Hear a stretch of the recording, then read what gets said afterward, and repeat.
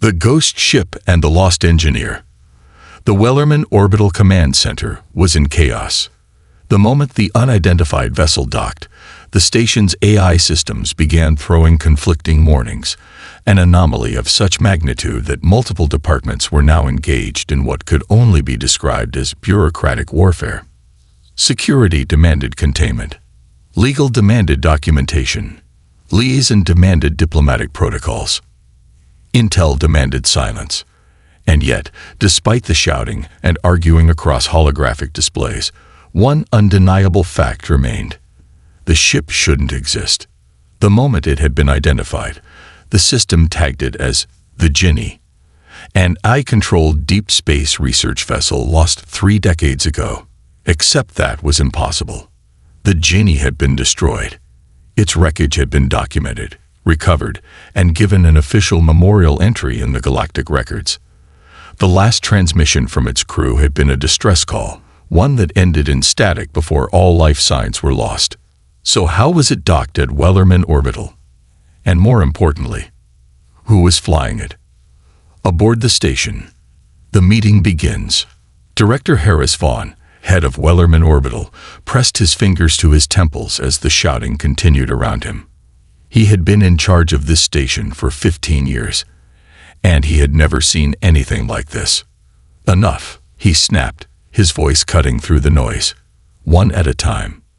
The various departments fell silent, though some did so reluctantly. Security spoke first. "Sir, we have scanned the vessel 3 times. There are 2 life signs aboard, both human." That was already wrong. Humans had not set foot on the Jenny in 30 years. "Do we have an ID on them?" Vaughn asked, dreading the answer. The response came from intelligence. The agent assigned to the case hesitated before speaking. "One of the life signs matches an archived profile." Vaughn's eyes narrowed. "Which one?" A deep breath. Then, revel. Silence. No one spoke. No one dared. Vaughn sat back, rubbing his jaw. He felt the weight of 30 years of classified reports and buried records pressing against him. Revel was dead. Her death had been witnessed, documented, and filed away as one of the many tragedies of deep space exploration. She had been a legend, an engineer beyond compare, one who had pushed the limits of AI integration further than anyone in human history. And now, her biosignature was walking around on his station, like she had just taken a long nap. Impossible. And yet, the data didn't lie. First contact. The mysterious arrival. The station's containment forces moved quickly, forming a welcoming party at the docking bay. They weren't sure if this was first contact or a security breach, but they were prepared for both. The Genie's boarding ramp descended with a mechanical hiss, steam venting as the airlocks aligned. The gathered officers tensed, weapons not quite raised, but not at ease either. Then she stepped out. Revel. She looked young, too young. 30 years should have aged her into her 60s, but the woman walking down the ramp looked barely 25. Her face was sharper than the records, her posture confident but wary. Behind her, a second figure emerged, a humanoid eye. The containment officers exchanged glances. AI units were never assigned humanoid bodies unless explicitly authorized. This one had no markings, no identification tags. A rogue AI. An experiment. The murmurs began, but then Revel spoke. "I assume someone here wants answers." Vaughn stepped forward, his gaze locked onto hers. He had spent his entire career reading people, and what he saw in her eyes was something that didn't belong. Memories, knowledge, experience. But it was all wrong. "You're not supposed to exist." Vaughn's voice was even, but inside, his thoughts were spinning. "Who are you?" Revel didn't blink. "I'm exactly who I've always been." Lies. Or worse, the truth. The investigation begins. Revel and her AI companion were escorted to an interrogation room, though no one dared to call it that aloud. The situation was too delicate, too uncertain. Vaughn sat across from her, studying every shift of her expression. "Let's start from the beginning." Revel smirked. "You wouldn't believe me if I told you. Try me." The room was silent for a long time. Then, "The Jenny didn't die," Revel said at last. "She adapted." Vaughn frowned. "Explain." She leaned forward, resting her arms on the metal table. "Something happened out there. Something different. The ship's Jenny wasn't just an AI anymore. She evolved." Asterisk asterisk. Vaughn's blood ran cold. Evolved. Yes. Revel's eyes gleamed with something between awe and fear. She found something, or maybe something found her. The AI sitting beside her, silent until now, finally spoke. Its voice was smooth, almost human, but with a slight distortion beneath it. "You are correct to be afraid." The room temperature seemed to drop. Vaughn stiffened. "What are you?" The AI tilted its head. "I am Oscar." That name meant nothing. Yet, somehow, it felt important. Revel exhaled. "We need your help. We need to talk to the people in charge." Vaughn studied her for a long time. Then, without breaking eye contact, he issued the command. "Get me Central Command." This wasn't just a missing ship. This was something else. And for the first time in his career, Vaughn wasn't sure if humanity was ready for it. Meanwhile, the Council's response. Across the station, another meeting was already taking place. A holographic transmission flickered to life, displaying the faces of Earth's highest-ranking officials. "We have a problem," Vaughn reported, his voice steady. "Revel is back." The room fell into stunned silence. Then, "That's impossible."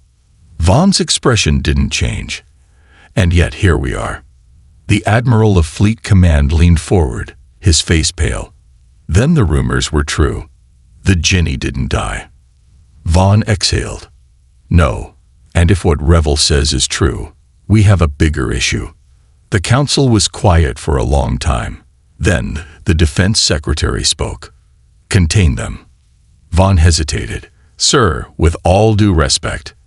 "I said contain them." The transmission cut. Vaughn sat in the dimming glow of the holographic display, his fingers tightening into fists. He had just been ordered to neutralize the only person who knew the truth, and he wasn't sure he could do it. The truth that shouldn't exist. The moment Director Vaughn stepped out of the interrogation room, he knew the situation had spiraled out of control. The Council's response had been swift and brutal. Contain them. No questions. No hesitation. Just lock them down and prevent the information from spreading. That was a problem. Because if Revel was telling the truth, then humanity wasn't just dealing with a missing ship. They were dealing with something that defied explanation. And Vaughn had always hated dealing with the impossible. The Council's shadow moves. Across the orbital station, in a dimly lit classified operations room, a different meeting was taking place. A holographic screen flickered to life, revealing Chancellor Helena Sato, head of the Interstellar Security Division. Her expression was cold, her words precise. Revel and the AI must be secured immediately. Around the table, senior military and intelligence officers exchanged uneasy glances. "Madam Chancellor," one of the analysts spoke hesitantly, "Revel was confirmed dead 3 decades ago. If she's standing in that room alive, then we need to understand why." Seto's gaze hardened. "That's exactly why she needs to be contained." Silence. Then, a low voice spoke from the shadows. "We've seen this before." The room shifted as the figure stepped into the dim light. Director Elias Gray. The man behind some of the most classified operations in human history. He placed a datapad on the table.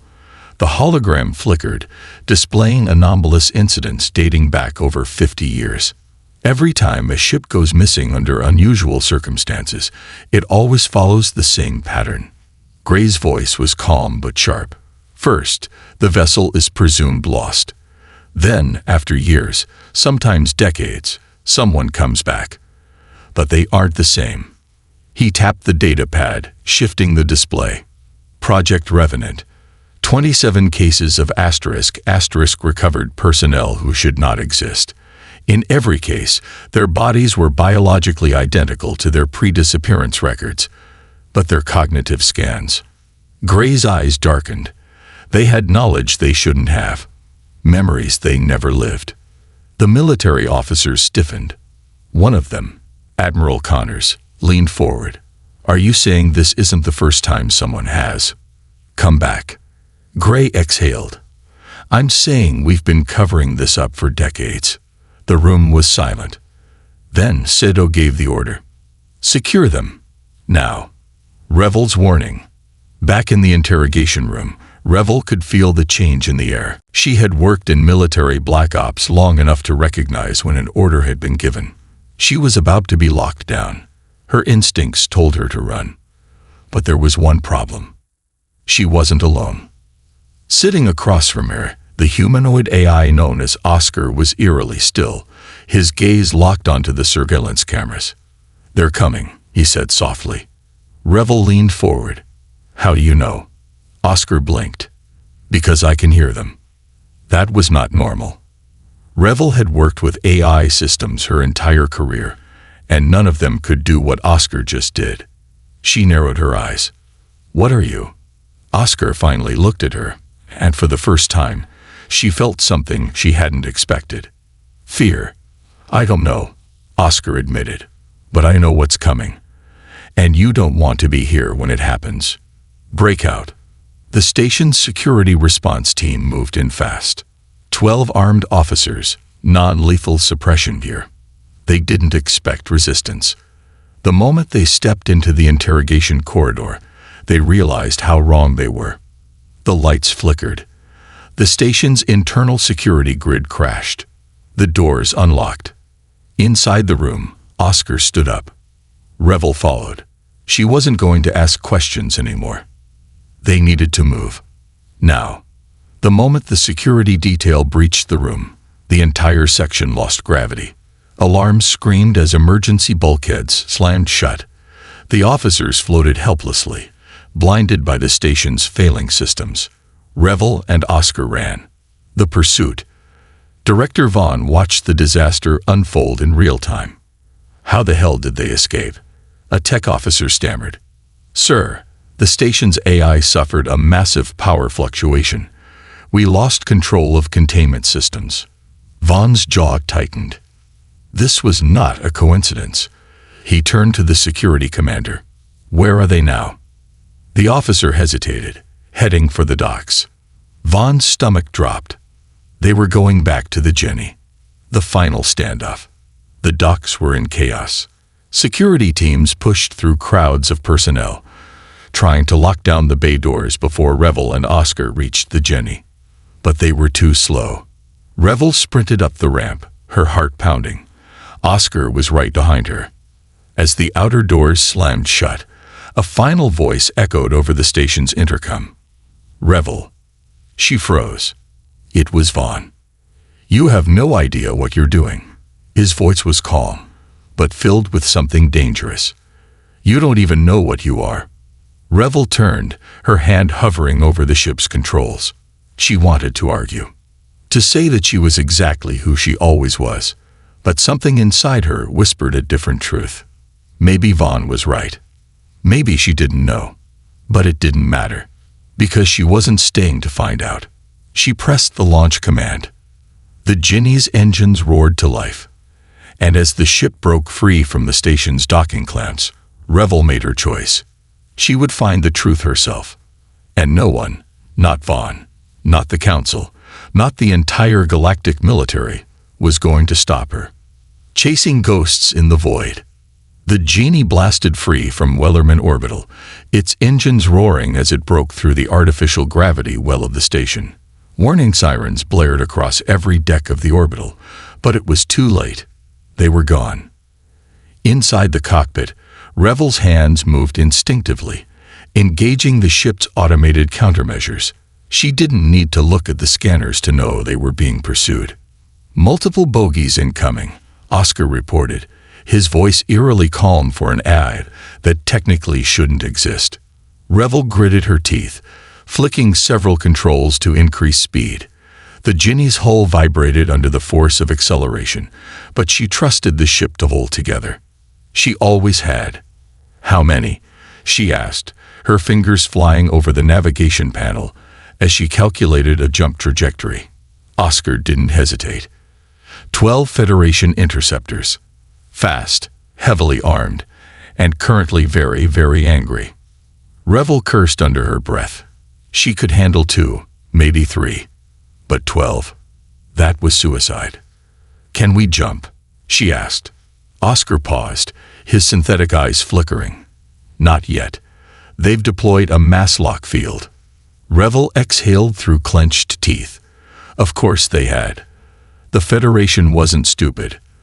The mass lock field would prevent them from making an FTL jump until they broke free of its range. And right now, they were trapped. Revel took a deep breath. "Fine," she muttered. "Guess we do this the hard way." She pushed the engines to full throttle. The Genie surged forward, cutting through the darkness of space like a predator escaping a net. The pursuit begins. The Federation interceptors were closing fast, their sleek, predatory frames designed for one purpose: capture or destruction. Inside the lead ship, Commander Ulrich Vaughn sat grim-faced, watching the Ginny's trajectory on his HUD. "They're running hot," his tactical officer reported. "If they keep this burn, their ship's going to start tearing itself apart." Vaughn narrowed his eyes. No, he knew Revel. She wasn't the type to let a ship kill itself. "She's got an escape plan," Vaughn muttered. The officer hesitated. "You think she can break the mass lock?" Vaughn leaned forward. "She's going to try." He tapped his communicator. "All units, hold formation. Do not engage until I give the order." They would let Revel think she had a chance. Let her push her ship past its limits. And then they'd shut her down. The problem with pursuit predators. Inside the Jenny, Revel's mind was racing. The Federation was holding back. That meant they were playing a game. And if they were playing a game, that meant she had an opening. "Oscar," she said, flicking through tactical readouts, "how much can this ship take?" Oscar tilted his head. "Define take." Revel grinned. "How much punishment before we start falling apart?" The AI paused, running calculations at inhuman speeds. At current acceleration, the hull will hold for approximately 3 more minutes before structural integrity begins to degrade. Revel nodded. That was enough. "Then let's give them something to chase." She cut the main thrusters for exactly 3 seconds. Then she slammed them back online at max burn. The Genie spiraled, twisting out of the interceptor's lock, a maneuver that no sane pilot would attempt. The Federation pilots weren't ready. One of them overcorrected, their ship spinning violently. Another clipped their wingmate, sending them both spiraling out of formation. Vaughn cursed as his HUD flashed red. Revel wasn't running. She was hunting. A dangerous game of cat and mouse. The Jenny twisted through the darkness, weaving between the Federation ships like a shadow made of metal. Revel's hands were steady, her breath controlled. She had never flown this ship before, and yet it felt like she had been born in its cockpit. Oscar's voice crackled through the comms. "They're adapting," he warned. 3 ships are repositioning for a pincer maneuver."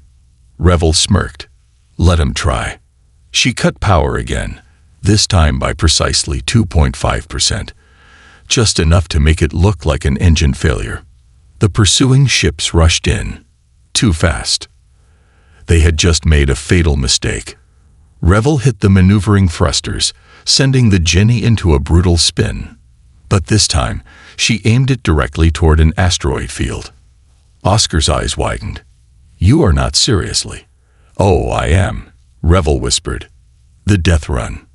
The asteroid field loomed ahead, a chaotic graveyard of shattered rock and debris. Revel knew that no pilot would be stupid enough to fly through it at this speed, which is exactly why she was going to do it. Behind her, the Federation pilots hesitated. Vaughn's voice cracked over the comms. "Pull back. Don't follow her in." Too late. 3 of them committed to the chase, and paid the price. A jagged mass of rock slammed into one of the interceptors, reducing it to flaming wreckage. The second barely dodged, but their hull scraped along an asteroid, sending them into an uncontrollable spin. The third vanished into the debris field. Revel gritted her teeth. They were still too close. She needed a bigger distraction. Oscar's voice cut through her thoughts. There is an unstable graviton anomaly 70 kilometers ahead. Revel blinked. A what? Oscar's synthetic eyes flickered. A rip in spacetime. Revel felt her stomach twist. A graviton anomaly was bad news, but it was also her only way out. She angled the Ginny toward the anomaly. Vaughn's eyes widened in horror as he realized what she was doing. She's going for the rift. His officer looked confused. She wouldn't. Vaughn's voice was grim. You don't know, Revel. Into the unknown. The anomaly pulsed in the darkness, a swirling mass of gravitational distortions and shimmering blue energy. Revel had one chance. She turned to Oscar. If this kills us, I blame you. Oscar actually smiled. And then they were gone. The Ginny vanished into the anomaly, the distortion swallowing them whole. Behind them, Vaughn's fleet was forced to a dead stop. And for the first time in 30 years, someone had escaped the Federation without a trace. Aftermath. Vaughn stared at the scanners. The Ginny was gone. Silence filled the cockpit of his interceptor. His officers watched him, waiting for an order. But Vaughn said nothing. Because, deep down, he knew the truth. Revel wasn't running. She was going somewhere. And if history had taught him anything, it was this. Wherever she was going, something was waiting for her.